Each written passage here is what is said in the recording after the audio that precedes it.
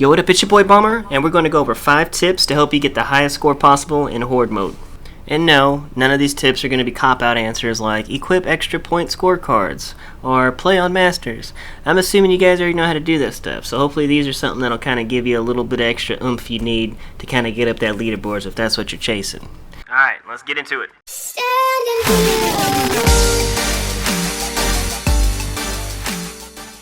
Alright, real quick before we start my first tip, just want you guys to know the next couple videos coming out will probably be something different than Gears of War videos. Not that I plan to stop doing Gears of War videos forever, but I also just want to kind of switch up the content just a little bit. You know, take the channel other places besides just Gears of War. Just like, you know, you're going to take your thumb to the like button, and then you're going to take it on over down to the subscribe button after you get done watching this video.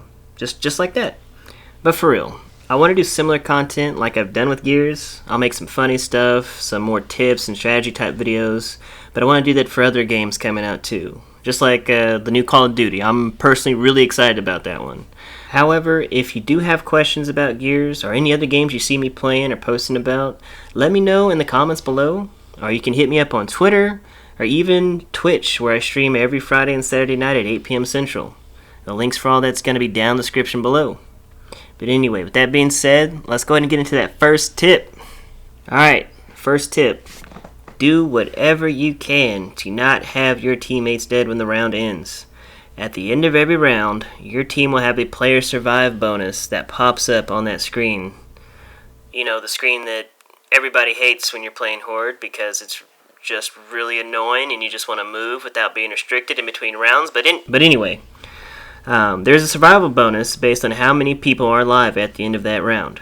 And it goes from 100 all the way up to 1,000, and it resets every 10 rounds. If somebody is dead at the end of that round, you won't get that full score. Of course, this scales with how many people you're playing with, so if you're playing with 2 or just playing with 3, you'll still get that full 100 to 1,000 depending on whatever wave you're on. But if somebody is dead, again, you won't get that full thing. So, whatever you have to do, just make sure you save somebody, you know, wait that 5, 10, 15 seconds, whatever you need to get your players revived before you end the round to maximize this every single time. Alright, tip number 2 is to kill marked enemies that are not your own. Now, when you mark somebody, not only does it pop up a cool little emblem on their head of your choosing, but if somebody else kills that person that you marked, you also get a little bit of extra score for that kill. Now, it should pop up an extra 6 or 15, 20 points if somebody else kills your marked target. And that may not sound like a lot of extra points, but just think about how many enemies spawn throughout the entire 50 waves of Horde. Now, imagine everybody on your team capitalizing on this for the entire time. Now, I'm not saying you can do this like 100% of the time effectively. If you can, you guys are a very well-oiled machine, and congratulations to you. But this is something that can very easily get you some extra points, and it'll add up really quick once you guys get to wave 50. So, that's it for this tip. Just make sure your team is marking people, and make sure you try to shoot somebody else that you did not mark. Alright, tip number 3 is getting those headshots and trying to execute the rejects. Yeah, I know it's kind of 2 things at once, but yeah, whatever, get over it. Anyway, so, getting headshots. You get extra points for getting headshots and killing them with the headshots. Well, I should say, most of the time. I'll elaborate on that in the next tip. So, getting headshots, you can get a lot of extra points for those kills. You can get about 5 points for the Juvies, you get like an extra 8 points for Imagos, and if we go over like Scions, you can get an extra 50 points for a headshot kill. So trying to get those headshots is pretty important. You can get some decent points. They'll add up over time. We just talked about how those things can add up really easily for you. Now with the rejects, you don't get full points for knocking their head off. If you kill them with just body shots, you get about 40 points for the kill. If you happen to knock them down or knock the little head thing off and the little bomb starts to blow up, you only get like 30 points for that. Now, if you're actually able to do the special execution on them and get behind them, you can get 80 points for that. You basically get double the points you would for killing the rejects if you can get that execution off. So, if it is feasible, definitely go for the execution on those guys. Plus, they die a lot quicker if you happen to be in a good position. Now, I know it's kind of hard to do sometimes on Masters, but again, if you guys have some kind of awesome strategy you can use to capitalize on this, this is a great way to get some extra points. I mean, an extra 40 points times 5 is, 200 points. That's, those can add up after a while. So, yeah. Alright, tip number 4. Personally, this is where my team was losing most of their points before we kind of figured this out.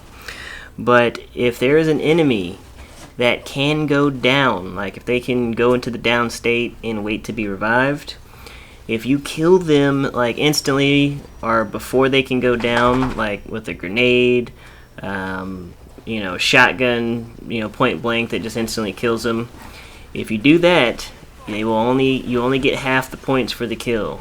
If you want full points, you will have to down them first and then kill them. That is the only way.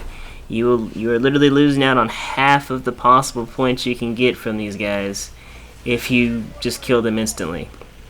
And some notable ones to the ones you really want to watch out for on this are going to be like the elite drones, the elite grenadiers, and like the regular drones. Those guys are going to be the ones that you're going to want to, if you can, try to prioritize just knocking them down first before you kill them. Because you're just cheating yourself out of so many points with this. Because I know a lot of strategies out there, rely on their JD to do a great deal of the DPS. Just spamming that grenade launcher everywhere he goes. But just keep in mind, if you're hitting these drones, these grenadiers, elite drones, elite grenadiers, which I'm sure you're hitting a lot of them because these guys spawn a lot, especially in later rounds of each group of 10, you're losing out on so many points. That's like 500 points per kill, since you basically get half the amount of points. You're losing 500 points if you're playing on Masters. 500. That doesn't even include scorecards and stuff like that. So try to down them first before you kill them, if at all possible. And tip number 5 is just to kill the bosses as fast as possible. Most of the time, you can get a second boss to spawn if you can kill it pretty quick. The real reason you want to do this is because the bosses give you the most points out of all the enemies that you'll kill, and they also drop the most power out of all the enemies too, which is a nice bonus as well. But just naturally, being able to get the most score possible, that's what we're here for, that's what this whole video is about. If you can, get a couple bosses down, that's a nice... Usually you get somewhere between 700, 650 to like 800 for some of the bigger bosses. So if you can get 2 of those, it just makes sense. Get those points, right? Alright, but yeah, that's going to do it. Those are my top 5 tips to get the high score in Horde. Again, you just want to make sure you keep your people alive at the end of the round. You want to try to kill the marked targets that your teammates mark. You want to try to maximize your headshots, execute rejects, and then try to make sure you down the people that can be downed first, like the drones and grenadiers. And then, of course, kill the bosses as fast as possible so you can get more bosses spawn so you can kill them. If you guys can maximize all these tips, I guarantee you guys will see a big difference in the points that you guys get toward the end of your matches, especially if you're playing on Masters and you're using scorecards. These things add up so much, it's ridiculous. But yeah, let me know if this guys helped you guys at all in the comments below.